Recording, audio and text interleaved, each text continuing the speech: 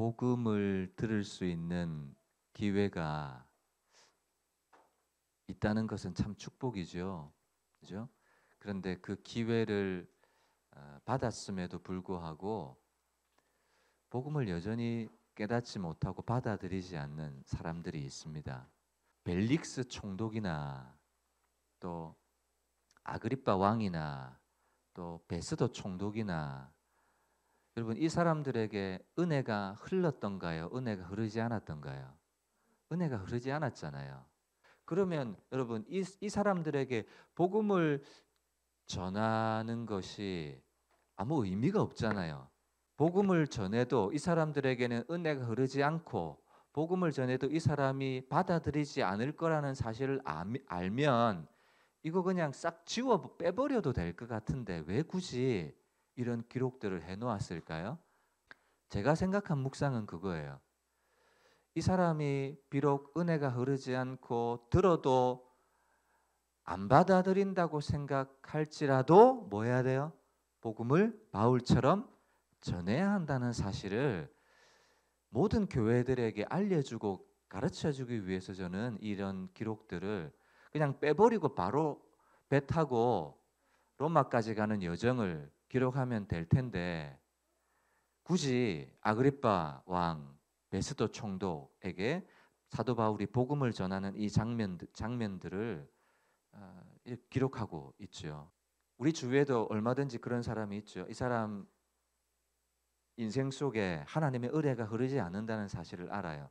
그리고 저도 이 사람에게는 복음을 전해도 이 사람이 영접하지 않을 것 같다는 생각이 들 때가 있어요. 그러면 제 마음속에는 아이고 뭐 전해도 받아들이지 않을 거 뭐 한다고 입도 아프고 그냥 수고롭게 할 것이 어디 있겠냐 싶어서 복음을 적극적으로 전하지 않고 그냥 돌아서는 그런 상황들이 얼마든지 있을 수 있거든요.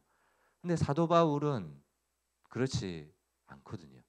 아그리빠 왕에게 그리고 베스도 총독에게 계속해서 복음을 전하고 있습니다. 첫 번째 우리가 이 말씀을 통해서 아직 본문은 들어가지 않았지만 이런 기록들 문맥을 통해서 우리가 배울 수 있는 것이 한 가지 있다면 우리 주위에도 야, 이 사람은 전하면 입 아프다. 복음을 전하려고 애쓰는 이 모든 수고가 헛될 거다. 맞아요.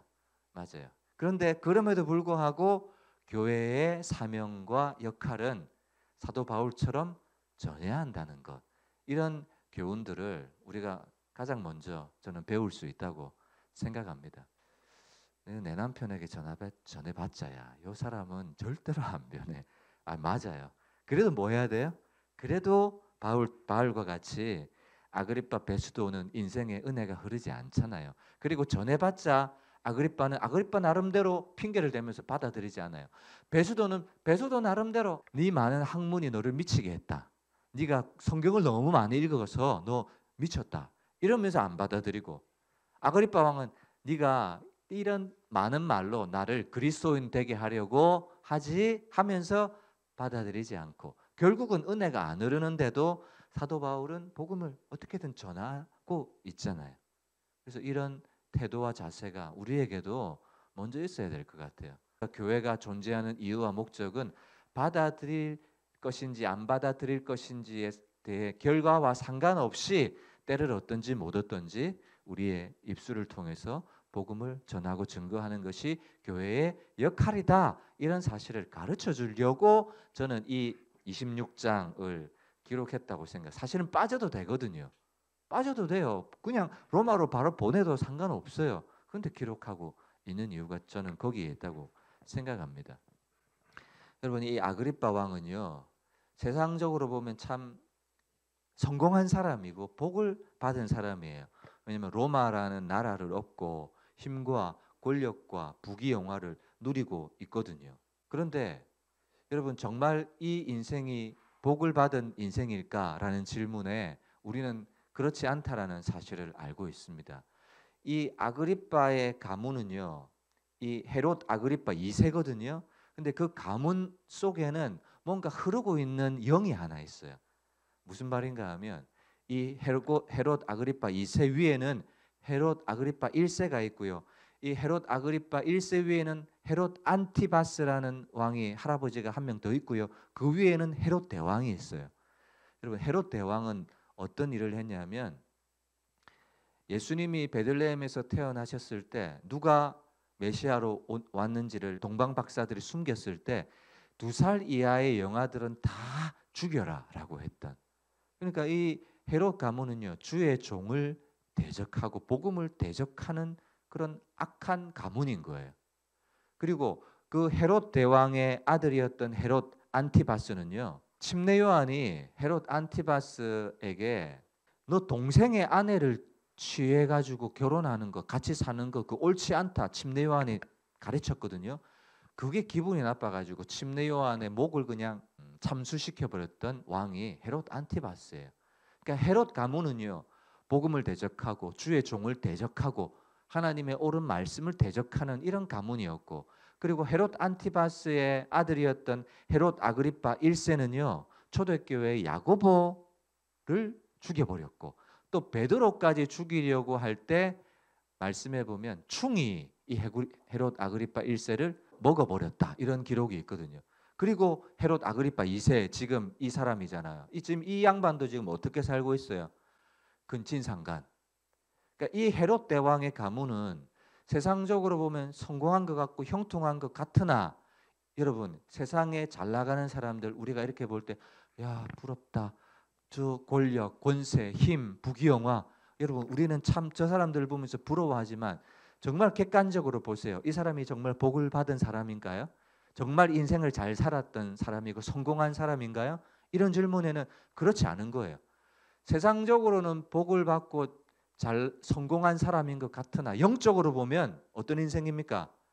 복음을 대적하고 주의 종을 대적한 너무나 하나님의 심판 앞에 피할 길이 없는 저주받은 인생이라는 사실을 알 수가 있어요. 그렇기 때문에 여러분 육신적인 복을 우리는 구해서는 안 돼요. 그 말은 그것이 진짜 진정한 복이 아니라는 말이에요. 여러분 세상의 복은요 육신적인 복이에요. 그러나 예수 그리스도를 믿는 그리스도인에게는 육신적인 복 이상의 복이 있습니다. 에베소서 1장 3절의 말씀 시작. 찬송하리로다 하나님 곧 우리 주 예수 그리스도의 아버지께서 그리스도 안에서 하늘에 속한 모든 신령한 복을 우리에게 주셨다. 여러분 하늘의 이 복은 이 땅의 복이에요? 아니면 이 땅에 속하지 않은 복이에요? 이 땅에 속하지 않는 복이에요. 예수 믿으면 자식들이 좋은 대학 갑니다. 성경에서는 그걸 약속한 적이 없어요. 예수님을 믿으면 사업이 잘 됩니다. 승진을 합니다. 뭐 이런 복을 약속한 것이 없어요. 물론 예수님을 믿으면 우리의 병든 몸, 가난한 인생이 잘 되는 경우도 없지 않습니다만 여러분 하나님께서 약속한 복은 이 해 아래에 속한 복이 아니라 하늘에 속한 해 위에 해 아래에서의 삶을 넘어서는 해 위의 복이라는 거예요. 그런데 헤롯 가문은 해 아래에서의 복을 받아서 참 성공한 가문인 것 같지만 정말 이 가문은요 저주받은 가문이잖아요. 그 가문 대대로 뭐가 흐르고 있어요? 주의 오실 길을 막으려고 하고 주의 종을 참수해버리고 침례 요한도 야고보도 베드로도 죽여버리려고 하고 옳은 가르침 너 그렇게 살면 안 돼. 의와 절제와 심판에 대한 말씀을 전했음에도 불구하고 받아들이지 않는. 그러니까 진정한 복은요 해 아래에 있는 것이 아니라 해 위에 주어지는 신령한 복을 받는 것이 진짜 성공한 인생이에요. 여러분 예수님을 믿지 않고 복음이 없다면 누가 제일 잘 사는 인생인가 하면 해 아래에서의 복을 많이 받고 누리는 인생이 제일 잘 살았던 인생이에요. 그런데 해 아래에서의 인생, 이 땅이 전부, 이 육신이 전부라면 우리는 그것을 쫓아가야죠. 만약에 그것이 전부라면 여기 있는 사람들은 제일 미련한 거예요.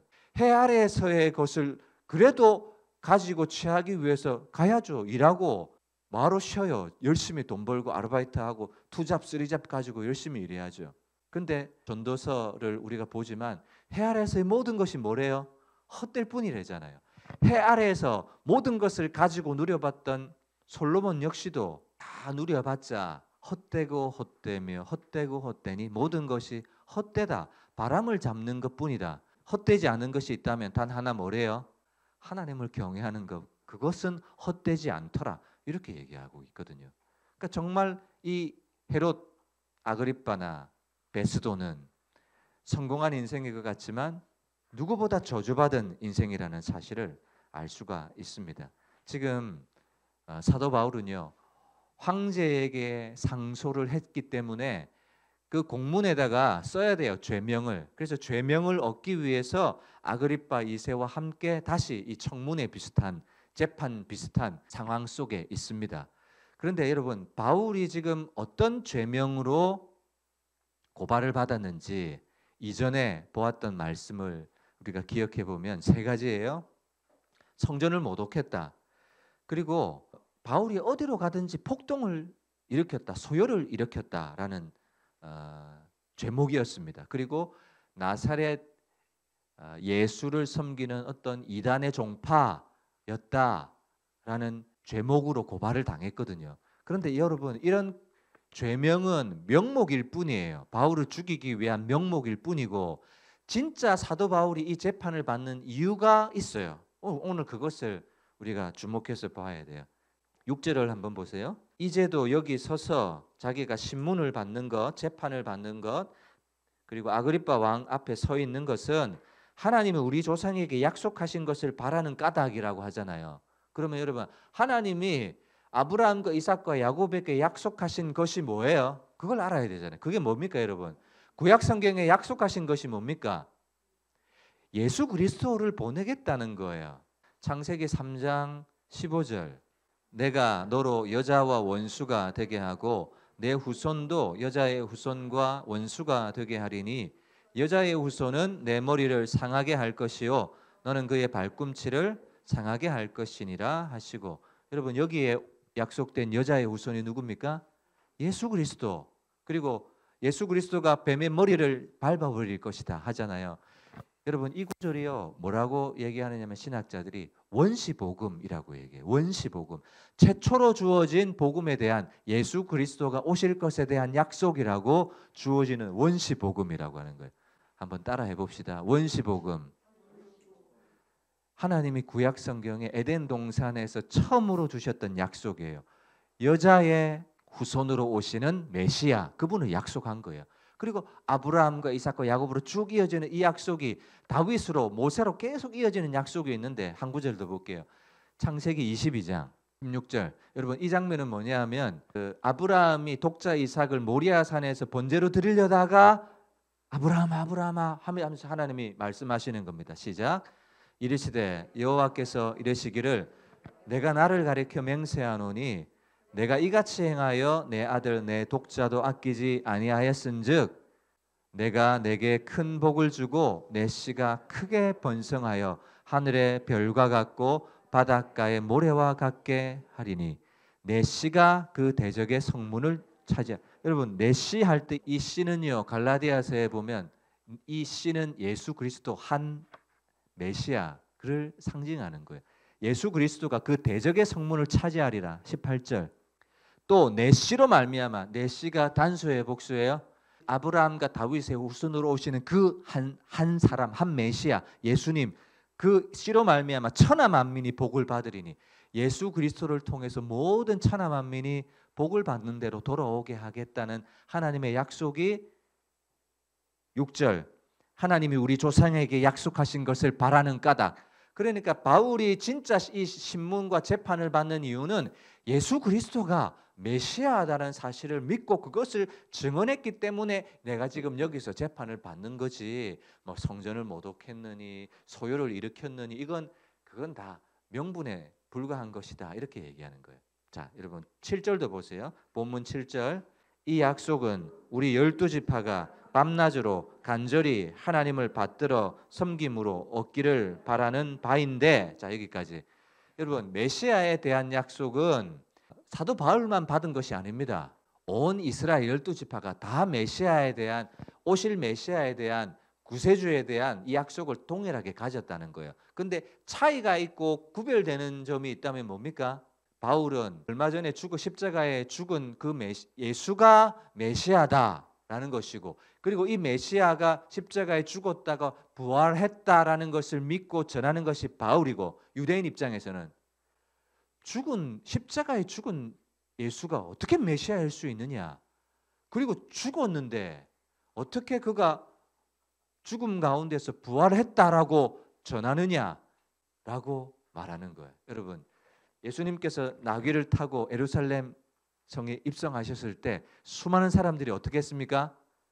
호산나 다윗의 자손으로 오시는 예수여 하면서 환호했어요. 환호한 이유는 이분이 메시아라고 생각했던 거예요. 그럼 메시아는요, 성경에 크게 두 가지의 모습으로 약속이 되어 있어요. 하나는 다니엘서 7장이나 시편 2편에 보면 이 약속된 메시아는 어떤 메시아인가 하면 권세를 가지고 있고 힘을 가지고 있어서 그 다스림이 영원할 그런 왕, 힘이 있고 정치적으로 권세가 있어서 이 바벨론처럼, 아수르처럼, 로마처럼, 그렇죠? 우리 다니엘에서 보았지만 여러 나라들이 다 지나가고 한 뜨인 돌이 이 모든 나라를 허물어 버리고 한 나라가, 영원한 나라가 설 것이라고 약속했던, 그리고 시편 2편에도 보면 모든 열방과 열국을 힘으로 공의로 다스릴 이 왕, 이런 메시아의 상이 있어요. 그러나 또 하나의 메시아 상이 있는데 그건 이사야서 53장에 보면 고난받는 메시아예요. 근데 유대인들이 볼 때는 어떤 메시아가 좋아 보이는 겁니까? 고난받아서 죽어버리는 메시아가 좋아 보여요? 아니면 힘을 가지고 능력을 가지고 권세를 가지고 그 나라에 들어가기만 하면 그 백성들을 잘 통치하고 다스려주고 부귀영화를 주게 할 메시아 상이 더 좋아 보여요? 그죠? 사람들은 자기가 원하는 것, 자기 기대에 맞는 것이 더 좋잖아요. 하나님, 나를 향한 하나님의 뜻이 뭡니까? 사람들은 거기에 귀가 솔깃해요. 근데 그 질문은 잘못됐다고 가르치잖아요. 나를 향한, 나를 위한이 아니라 그냥 하나님의 뜻이 무엇입니까가 더 중요하다 했던 것처럼 자기에게 좋은 교회, 자기에게 좋은 말씀, 자기에게 좋은 유익한 만남, 모임, 이건 찾아와요. 왜? 자기에게 유익하니까. 근데 하나님이 원하는 것에 대해서는 관심을 잘 가지지 않아요. 유대인들과 다를 바가 뭐예요? 힘을 가지고 권력을 가지고 로마에 압제해서 해방시켜줄 모세와 같고 다윗과 같고 마카비와 같이 정치적으로 힘이 있는 이 메시아, 사람들은 원하죠. 근데 오늘 그리스도인들이 신앙생활하면서 자기에게 좋은 복음, 보세요. 병든 사람에게, 암병에 걸린 사람에게 암병을 치유할 수 있는 길이 있습니다 하면 사람들은 귀가 솔깃하고 다 몰려올 거예요. 왜냐면 지가 암병에 걸렸으니까. 가난한 사람에게는 이곳에 오면, 예수님을 믿으면 돈이 생깁니다. 그러면 가난해서 해방될 수 있으니까 몰려올 거예요. 근데 하나님이 뜻하신 바 예수님을 믿고 먼저 그의 나라와 그의 의를 구하고 복음을 맡은 사명자의 삶을 살라, 이런 요구는요, 자기에게 유익해 유익하지 않아요? 자기한테는 유익한 것 같지 않아 보이기 때문에 싫은 거예요. 여러분, 자기에게 유익한 것을 쫓으면 안 됩니다. 나를 향한 하나님의 뜻이 아니라 단지 하나님의 뜻을 묻고 거기에 우리의 손과 발을 들여야죠. 여러분, 모든 종교에는 소망이 있습니다. 그죠? 어떤 소망이 있어요? 다 해 아래에서의 소망이에요. 근데 기독교에는 유일한 소망이 하나 있습니다. 여러분, 뭐예요 그게? 하나님이 세상을 이처럼 사랑하사 독생자를 주셨으니 누구든지 그 예수를 믿는 사람에게는 영생을 얻게 하려 하심이라 라는 영원한 생명에 대한, 부활에 대한 소망이 있어요. 근데 예수님을 믿고도 우리 속에 어떤 소망이 더 크게 보이냐면 해 아래에서의 소망이 더 크게 보이는 경우가 있어요. 그런데 어떤 소망은 희미해져 가요? 영생에 대한 소망, 부활에 대한 소망은 목사님 그건 죽고 나서 얻는 소망이니까 아이고 그거는 별로 우리 눈앞에 선명해지지 않아요. 더 선명해지는 건 뭐예요? 예수 믿고 가정이 잘 되고 자녀가 잘 되고 인생이 잘 되고 사업이 잘 되는 것이 더 크게 보이죠. 근데 오늘날 보세요. 복음 속에 복음이 우리에게 주는 소망은 영원한 생명, 죄 사함의 소망, 하나님 나라 백성이 되는 영원한 천국에 대한 소망을 붙들고 살아가는 사람이 얼마나 됩니까? 예수 믿고도 이 땅에서의 삶이 더 편해지고 좋아지는 삶을 살기 원하죠. 베드로전서 3장 15절 말씀 한번 보세요. 너희 마음에 그리스도를 주로 삼아 거룩하게 하고 너희 속에 있는 소망에 관한 이유를 묻는 자들에게는, 여러분 혹시 여러분들에게 너의 소망이 뭐야? 물으면 소망에 대한 이유를 뭐라고 대답할 거예요? 해 아래에 있는 것이 아니라 해 위의 소망, 해 위의 소망. 헤롯, 아그리파, 그리고 베스도, 이 사람의 인생에는 은혜가 흐르지 않아요. 그래서 헛된 인생밖에 안 되는 거예요. 근데 헛되지 않는 인생은 뭐밖에 없습니까? 예수 그리스도를 믿는, 메시아를 믿는, 하나님을 경외하며 자기 일에 만족하고 즐거워하는, 이것이 헛되지 않는 인생이에요. 여러분 가장 소중한 사람, 아끼는 사람에게 뭘 주고 싶어요? 복음을 주고 싶어요. 복음을. 하나님이 우리를 사랑하시니까 하나밖에 없는 독생자 예수님을 우리에게 주셨어요. 그래서 사도 바울은 이 재판장에 서 있는 이유, 메시아를 믿기 때문에, 구약에 약속된 메시아를 자기가 만났기 때문에 사도 바울은 변했어요. 이와 같은 은혜가 저와 여러분들에게도 동일하게 있으시기를 주님의 이름으로 축복합니다. 여러분 오늘 이 말씀을 통해서 하나 결론을 딱 붙잡았으면 좋겠어요. 헛되지 않는 인생의 비결, 그건 뭐밖에 없습니까? 예수 그리스도, 그것밖에 없어요. 행복의 시작 예수 그리스도. 이리 말하는 것은 그냥 단순한 듣기 좋은 구호가 아닙니다. 행복의 시작 예수 그리스도. 예수 그리스도가 없는 인생은요, 누가복음에 나오는 수많은 부자들, 그리고 아그리파 왕, 베스도 총독, 세상적으로 얼마나 부귀영화를 누리고 성공했어요? 그러나 예수가 없으니까 저주받은 인생, 저주받은 운명, 그 가문에 주의 종을 대적하는 기운이, 악한 영이 흐르고 있고, 가족들과 더불어 근친상간의 죄가 흐르고 있는, 이 죄를 끊어버릴 수 있는 기회로 복음을 제시했는데도 불구하고 그거 안 받아들이는 거예요. 저는 가장 큰 축복이요, 온 가족이 함께 예배드리는 거라고 생각해요. 온 가족이다. 저는 우리 여기 여러 가정들이 있지만 우리 기주 성도님 가정에도, 우리 교분 집사님 가정에도 이와 같은 은혜가 있기를 주의 이름으로 축복합니다. 우리 오늘 들었던 말씀 생각하면서 함께 기도하기를 원합니다. 여러분 누가 헛된 인생이고 누가 가치 있는 인생이에요? 세상에 있지 않아요. 해 아래에 있지 않아요. 전도서만 한 권 제대로 읽어봐도 그게 답이 나와요. 누가 헛된 인생이고 누가 헛되지 않은 인생인가? 예수가 있는 인생, 예수가 있는 인생, 하나님을 경외하는 인생, 그리고 그 경외함 속에 자기에게 주어지는 일상을 즐거워하며 만족하며 감사하는 것 외에는 유일한 행복의 비결이 없어요. 이 시간 함께 기도하실 때 하나님 헛되지 않은 인생을 살게 해주옵소서. 그리고 우리 가정 속에 예수님을 믿지 않는 가족들이 있다면 그 영혼을 하나님 앞에 올려드리면서 하나님 앞에 인도할 수 있게 해달라고 들었던 말씀 생각하면서 기도합니다.